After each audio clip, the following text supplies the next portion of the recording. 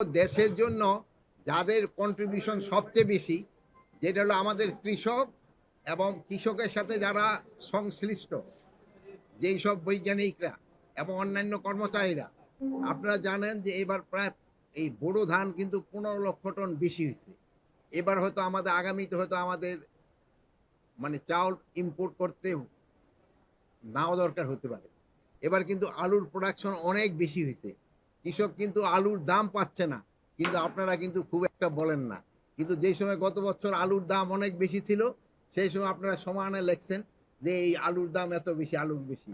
এই জন্য আমি আপনাদের অনুরোধ করব, একটু কৃষকের সম্বন্ধে একটু আপনারা বলবেন। যদি আপনারা জানেন যে এবারে পেঁয়াজের কিন্তু উৎপাদন অনেক বেশি হয়েছে, এটা কিন্তু কৃষকদের কন্ট্রিবিউশন এবং এটা আমাদের যারা রিসার্চে আছে তাদেরই কন্ট্রিবিউশন। তারপরে আপনি জানেন যে এবার ইসে গমের যদিও উৎপাদন গতবারের থেকে একটু বাড়ছে, কিন্তু অত বাড়ে নাই, কিন্তু তাও কিন্তু বাড়ছে, এটাও কৃষকের কন্ট্রিবিউশন। এবার ধরেন আমের আমাদের কিন্তু ইম্পোর্ট, আমরা এক্সপোর্টও করতে চাচ্ছি গতবার থেকে, কিন্তু আমাদের আমের এক্সপোর্ট এবার বেশি, আমের উৎপাদনও কিন্তু বেশি হয়েছে। আপনারা জানেন আম গাছের পাশে পাশে দিয়ে যে আদা, তারপর হলুদ চাষ শুরু হয়েছে, এটা কিন্তু তাদের এই রিসার্চের ফসল। এখন এইগুলি থেকে আদা আমাদের ভবিষ্যতে আদা ইম্পোর্ট করতে হবে কম, আমাদের হলুদ হয়তো ইম্পোর্ট করতে হবে কম, হয়তো একসময় আমাদের ইম্পোর্ট করতে হবে না। এইগুলি সম্বন্ধে যদি আপনারা একটু লিখেন, তবে কৃষকরা কিন্তু খুব উৎসাহিত হয়। 14% মতো রাখে, কিন্তু আমাদের হয় কি, ওই অনেক সময় একটু 14% কৃষক তো আর মাইপে আনে না, আইসা যে সময় এখানে নিয়ে আসে, সেই সময় অনেক সময় দেখা গেল যে 16% বা 15% বললো ধানটা ফেরত দেয়। তা আমরা এখন একটা ব্যবস্থা নিয়েছি, তুমি ওই জায়গায় ওই একটা শুকানোর ব্যবস্থা করে দাও।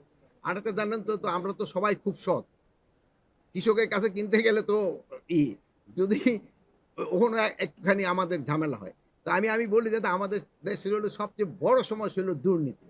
যদি দুর্নীতিটা আপনি রুখতে পারেন, তো সব সমস্যার সমাধান হবে। কিন্তু আমরা এখানে চেষ্টা করে যাচ্ছি, বাট কতটা সফল হব আমরা জানি না। আমরা হয়তো খুব একটা বেশি দিনও তো আমরা নেই, থাকবো কিনা তাও তো না, বেশি দিনও থাকবো না। কিন্তু এর ভিতরে আমরা করে যাওয়ার চেষ্টা করে যাবো।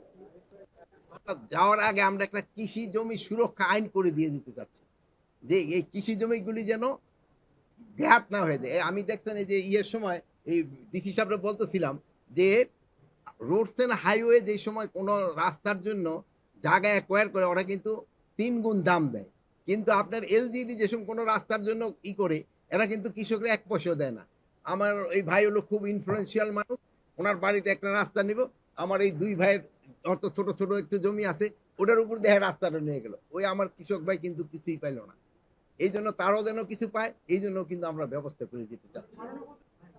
না না না, দখল না, এখানে আমাদের ধরেন যে ডেভেলপার কতগুলি কোম্পানি আছে, এরা জায়গা না নিয়ে ওই আইলটা ভাড়া নিয়ে লাগাই দেয়, কি জানি বলে সাইনবোর্ড লাগাই দেয়। তা আমি আজকে অবশ্যই এনে ডিসিএসপি দুইজনই আছে, আপনাদের কাছে আমার একটা অনুরোধ, আপনারা এইগুলি ভেঙে দিবেন। আমরা মুন্সিগঞ্জের ওখানে বলে দিছি, দেখবেন মাওয়া রাস্তা 2 পারে এক ধারে লাগাই রাখে, আপনারা এইগুলি ভেঙে দিবেন। যেতে যেতে সারা কৃষি, এখানে হয় কি, ওই যে ভাড়া দিচ্ছে সে কিন্তু অল্প একটু টাকা পায়, সেও কিন্তু ওই জন্য ওই টাকাটা দেন। তো এই ক্ষেত্রে আপনারও লোকজনকে একটুখানি করতে হবে, সচেতন করতে হবে, ভাই আপনি এটা করেন না, এটা করে কিন্তু জনগণেরই কিন্তু মানে আপনার এলাকার লোকরাই কিন্তু ক্ষতিগ্রস্ত হচ্ছে, এটা যেন না করে। আচ্ছা, ভালো থাকেন।